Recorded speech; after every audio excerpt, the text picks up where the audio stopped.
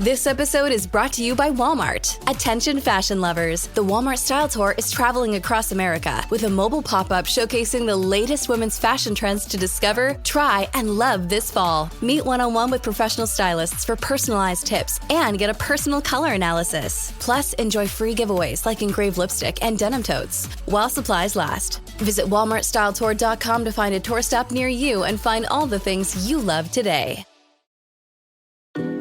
Hear that? Pumpkin. That's fall calling. And the pumpkin spice latte is back at Starbucks. From that first sweater to late autumn weather, it's all of fall in just one sip. Order ahead on the Starbucks app. With an hour before boarding, there's only one place to go, the Chase Sapphire Lounge by the club. There, you can recharge before the big adventure. Or enjoy a locally inspired dish. You could recline in a comfy chair to catch up on your favorite show. Or order a craft cocktail at the bar. Whatever you're in the mood for, find the detail that moves you with curated touches at the Chase Sapphire Lounge by the club. Chase, make more of what's yours. Learn more at chase.com/Sapphire Reserve. Cards issued by JP Morgan Chase Bank N.A. member FDIC. Subject to credit approval. The family that vacations together stays together. At least that was the plan. Except now the Dastardly desk clerk is saying he can't confirm your connecting rooms. Wait, what? That's right, ma'am. You have rooms 201 and 709. No, we cannot be 5 floors away from our kids. The doors have double locks. They'll be fine. When you want your connecting rooms confirmed before you arrive, it matters where you stay. Welcome to Hilton. I see your connecting rooms are already confirmed. Hilton, for the stay.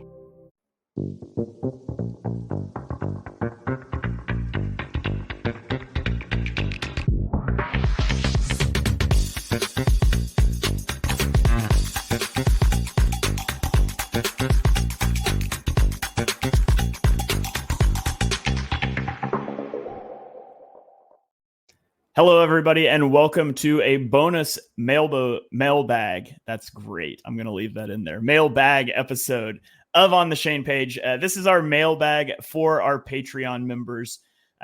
We are going to post the first couple of questions out into the public feed just so you guys can get a feel for the podcast, especially that awesome introduction where I called it a mailbag. It'll be great. But if you do want the full episode along with some other perks, you can head over to our Patreon at patreon.com/ontheshane page. You can join, you get a free 1-week trial. There's a $3 and a $5 a month tier that gets you various perks. I'm biased. I think it's great value, but you guys can go check it out for yourselves for free for a full week. You can listen to this episode, check out our backlog, and have a good time chatting with us. So I'm joined by Johnny. Johnny, we just got done recording an episode with BLG that will be out by the time people listen to this. So I'll ask you how you're doing again, even though I already know, but how are you doing tonight? Yeah, I'm good. I'm looking forward to this, actually. It's the first proper Patreon mailbag, and I'm looking forward to doing them. We're obviously very serious on the show. Well, to an extent, we're serious. And obviously in my writing, it's very film. So this is a little bit more fun for us. And we've got some good questions this week, actually. A little bit more personal as well. So if you want to know a little bit more about us, and also if you want to chat to us on Discord, it's because I really cannot check my Twitter that often because you get so much nonsense on Twitter. If you post on Discord, it's much more like a back and forth conversation. We get to know some of you guys. So yeah, it's good fun. So I think we're going to do some fancy spinning wheel thing, and then we're going to answer just 10 random questions from this week, all from Patreon. Is that correct?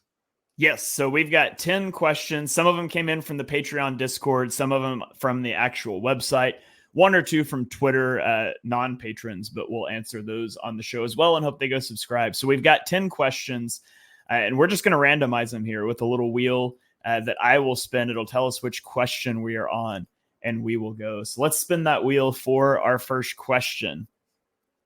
And we are going to go, first of all, to question number 1. Oh, look at that.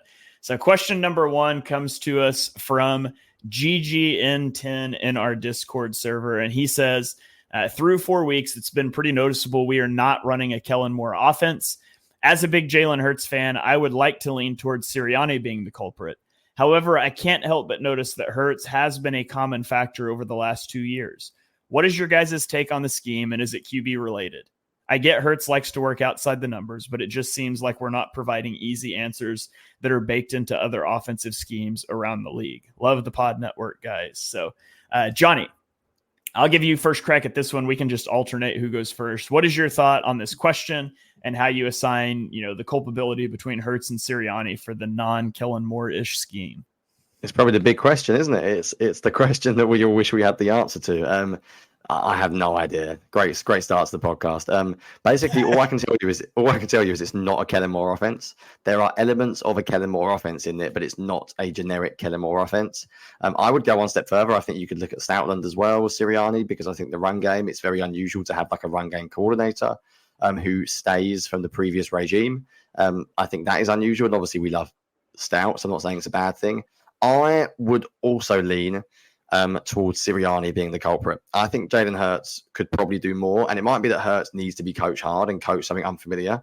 But we see lots of quarterbacks around the league get coaches that come in and make them do things that they're not happy with. Like, that happens frequently. I just refuse to believe that the guy who is the head coach, who was hired as an offensive mind, who still seems to say he calls some plays, has absolutely no input in the offense at all. So I would say that I think Sirianni is the bigger culprit, maybe like 70% Sirianni, 30% Hurts. I think there's probably some truth to the fact that Hurts doesn't want to go under center. Maybe it's not his favorite way of playing. I also think there's an argument that Hurts being so mobile, the shotgun run game is better for him. But at the end of the day, if you're an offensive coach, the quarterback has to run your offense. And I'm sure when Patrick Mahomes joined the league, he might have had his own idea of an offense. And Andy Reid said, well, this is my style. And the Bills have changed over the years. The Ravens have changed over the years. Like, that is part of being a good quarterback, is you have to adapt. And I think it points towards Sirianni being a bigger problem. But it is worth noting that we have no idea, because it is really, really tough. He mentions outside the numbers. I think that is probably more of a Hurts thing, because I think Hurts' height does come into that. I think in general, smaller quarterbacks look outside the numbers more. But I also think the Eagles have got two elite wide receivers who often play outside the numbers, so that probably helps as well. I will go, it's mainly a Sirianni, but of course, I think Hurts does have some criticism there as well.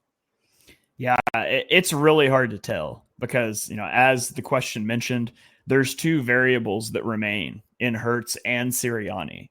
And so it's hard to divide that up. I was going to mention the height thing, and shorter quarterbacks tend to work outside the numbers. And you already covered that. What we do know for sure is this isn't how Kellen Moore typically runs his offenses. And we've seen Kellen Moore be the only variable change. Like, he's in Dallas and they run a specific style of offense. And he goes to Los Angeles and they run that same style of offense. Now, Justin Herbert and Dak Prescott are two very different types of quarterbacks from Jalen Hurts. And so is what we're seeing. I would say what we're seeing is like him adapting his offense to a different style of quarterback if it didn't look so similar to what we saw last season. And so all that to say, like Johnny said, I don't know. That is the burning question. So go support us on Patreon at $3 a month so you can ask us great questions that we just say, I don't know, to. I will say this, though. We'll never come on here and lie our way through an answer and claim we know if we don't. So it's impossible to tell. I do tend to think more of it is on Sirianni, but there's really only one way to know for sure without being in the room. And it's just reasons I would have liked to have moved on from Sirianni last year. So we didn't if Sirianni was gone and this is the offense, then you just know it hurts. Yeah, and that's the thing as well. Just final thing, seeing as we've got a lot of questions, but just run it. Like, if Jalen Hurts doesn't want to do it, at some point, do it anyway. And if it goes terribly wrong, well, Jalen can come out and go, well, sort of told you so. But, like, if you really want to know, like, can Jalen Hurts do this stuff? Just do it. Like, as an offensive coordinator, no, we are going to run from under center 10 times this game. And if it goes horribly wrong, then I won't have my job next week because the owner's going to bring me into the room and say, well, why did you do that when it clearly doesn't fit the quarterback skill set? But it feels like it's a really, really hard question to answer. But it's a great question because it is true that this is not a standard Kellen Moore offense. All right. Let's keep rolling here. We'll spin the wheel again to get our second question. And it looks like we are going to go with question number 10 or 4. It just crossed over to number 4. This word spin is torturous at the end. It is. So, okay. Question number 4 comes from Tyson in Patreon. He says, what does a day in the life look like for you guys? More specifically, the day after watching an Eagles game. What do you all have to do after a game, and how long does watching film typically take? And then he asked a bonus question that we'll get to in a second. But I'll lead this one off, and Tyson might want my Tuesday schedule because my Monday schedule, I don't watch the film typically on Monday. I'm mostly getting ready for my NFL review show. I'm gathering like stats and data and charts from the last week and for the next week. And so Tuesday is my film day. So I throw on some instrumental music, and people on Twitter helped me populate a Spotify playlist to change it up a week or two ago. So, and I usually watch the defense first because I dislike defense. I like the offense. So I save the offense because it's faster for me. And it takes me 2.5-ish, maybe 3 hours to watch and tweet through the defensive clips. I record anything I find interesting and tweet it out. Then I take a break, go do a workout, and then I'll come back and watch the offense, which takes me like an hour and a half usually. And after I've done that, I try to condense my points into the 3 thoughts for the show with Johnny. And then I start working on recording my all 22 film review. And I typically get it recorded, but I don't get it like edited and posted until Wednesday. Usually that's what I'm working on before Johnny and I record. So that's kind of what my day looks like when I tackle film. And it pretty much takes me all day Tuesday to get through the film. What about you, Johnny? Yeah, the answer is my schedule is a bit of a nightmare. The football season is really hard. Being a Brit has its benefits as well because like sometimes it's helpful because I can normally start work a little bit earlier. So I work full time, so I will be up 6:30 a.m. and I'll get back about 5 p.m. My job is busy, but I can sometimes get back a little bit earlier, so 4:30-ish. Then Monday, I normally have the film these days over here, so I'll probably watch at least one side of the offense and defense and record like 15 clips. Then I will tweet out said 15 clips. If I'm really fancying working late that night, maybe gone 10, then I will do defense as well, but I'll normally save that for Tuesday. Then I'll come home Tuesday, and by the end of Tuesday, I'll try and get a workout in here or there. I will cook dinner and stuff. I will say hello to my wife and won't just do this. And then Tuesday, I will, I'll then post the other side, and then I'll start writing. Wednesday, I'll come on after work, do the pod, and then easily write 3,500 to 4,000 words of bleeding green for an offensive and a defensive article. Good news is after that, it's pretty chill. So it's like 3 crazy days at the start. I have one other article I write on a Thursday or a Friday after work. And then the good thing about obviously football being Sunday late here is I can completely take the weekend off, because even if the Eagles are the early game, that's still not till 6 o'clock in the evening on a Sunday. So it doesn't wreck my Sunday sort of family time. So in some ways I get away with it. But yeah, during the season, September to December, Mondays to Wednesdays are busy. I would say watching the film it could be anywhere from maybe 2 hours to 3.5 for each side of the ball. I never do special teams because who the hell does that? Sean Syed. Yeah. He's got either more time than me or more dedication than me, and probably both. I will spend like as long as it takes, really. Sometimes I watch a play like 20 times. Sometimes I watch a play once. There'll be certain plays I'll skip. There are certain plays I'll watch, then come back to it. It's busy. But it is sort of like a second job for me as well. So it's not like I'm just doing it as a hobby at this point. I do have to do it like an actual work and set time for it like a job. So there you go. It is busy. But yeah, good question actually, because if anyone wondering, Monday, Tuesday, Wednesday evening, this is why you can't contact me on Twitter, because I'm probably very busy. Yeah, between the kickoff of the Eagles game and recording with Johnny Wednesday afternoon for me, I record 6 podcasts. So my Monday through Wednesday, I feel like it's just insane. And then Thursday and Friday, it's like I sit in my office. It's like the gif of the guy that's sitting on the swing in his yard by himself, just looking around, because it's so much nicer. But he also asked a second part of the question. He said, bonus question, have you two met before in real life, or has this been a long-term friendship/work agreement you have? And Johnny and I have never met in person. I don't really remember how we started interacting, but the first time we ever did a show together, it was an episode of a podcast I started named The Flyover. And in fact, it was the only episode I ever did of that show. I wanted to break out of just covering like all NFL to doing specific Eagles stuff. And Johnny and I did a preview of the 2022 season, and I made the mistake of asking him for a record prediction on the show. And he went on a rant about how much he hated doing record predictions, but I did manage to drag an 11-6 prediction out of him. He also said he thought the team would make it to the divisional round and maybe make it to an NFC championship game. So prior to that, I scrolled back to the beginning of our Twitter DMs. It was mostly just moaning about the garbage that was NFL Game Pass back then and trying to swap clips with each other because like random plays just would not be in the all 22. And so I would message Johnny and be like, hey, is this one on the international version? And we would trade clips back and forth. Or it's like, hey, you had footage 24 hours ago, but I still don't have anything. And so he would send me stuff or vice versa. And that's the majority of our doing a podcast together discourse. So I don't know if you remember when we started interacting. I don't really, but. No, I'll be honest, Shane. That show is a total blank. I did not realize I did that with you prior to the 2022 season. I thought it was the first one was on Bleeding Green, so that has fully gone over my head. I might have done my own podcast at that time as well. And to be honest, I've never met anyone from Eagles Twitter. I didn't come over. I've been to Philly once in my life in 2016 or something, and I'd barely been on Twitter at that point. And I think I was writing for Bleeding Green, but it was very informally, not seriously like I do it now.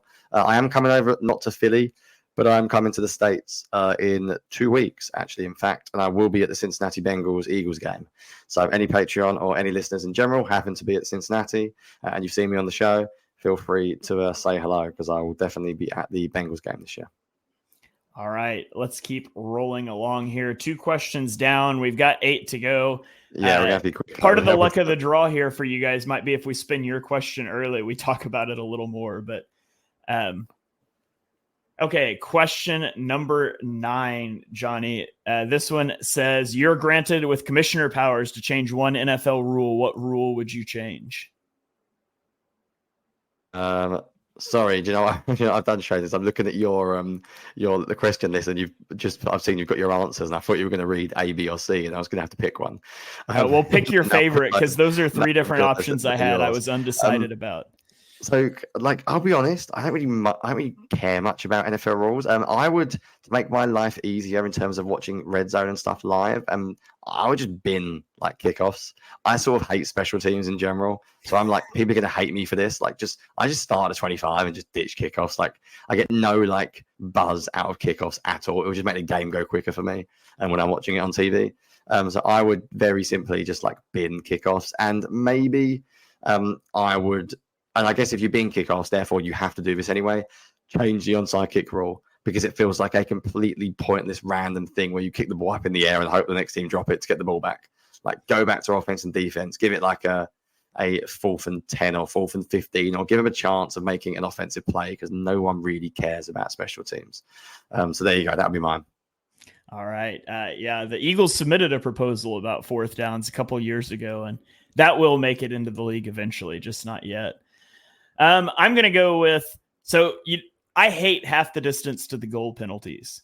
If it's 1st and goal at the 1 yard line and you jump off sides and we get half the distance to the goal, it's like a foot. And I just think that's dumb. And so I would change it where if there is a penalty that cannot be enforced because you're too close to the goal line should move. So for example, if in that scenario, it's 1st and goal at the 1. The defense jumps off sides. We move the ball back to the 5 yard line or the 6 yard line. And now we've moved the end zone. The end zone's now 15 yards. You've got more room now to work with. Make it actually penalize the defense. Same thing for offense.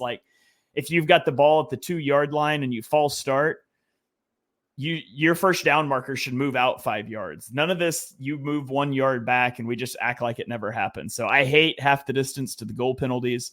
I think line of scrimmage / end zone dimension should change instead, which is kind of crazy and they'll never do it, but that's why I'm not in charge. There you go. I've never cared about that in my life. So now I'll look out for it, Shane. But no, that has not bothered me, I must admit. But it is a bit of a strange penalty. So there you go. You've sort of convinced me if I gave it some real thought. Yes, that's all I'm going for. And that's going to wrap it up for the free preview of our Patreon mailbag. Again, you can join our Patreon at patreon.com/ontheshane page. You can get a free 7-day trial. Check out the rest of this episode, my all 22 work. You can join our Discord and all of that. See what you think. I think you'll like it. There's a $3 a month tier and a $5 a month tier. So feel free to go check that out if you're so inclined.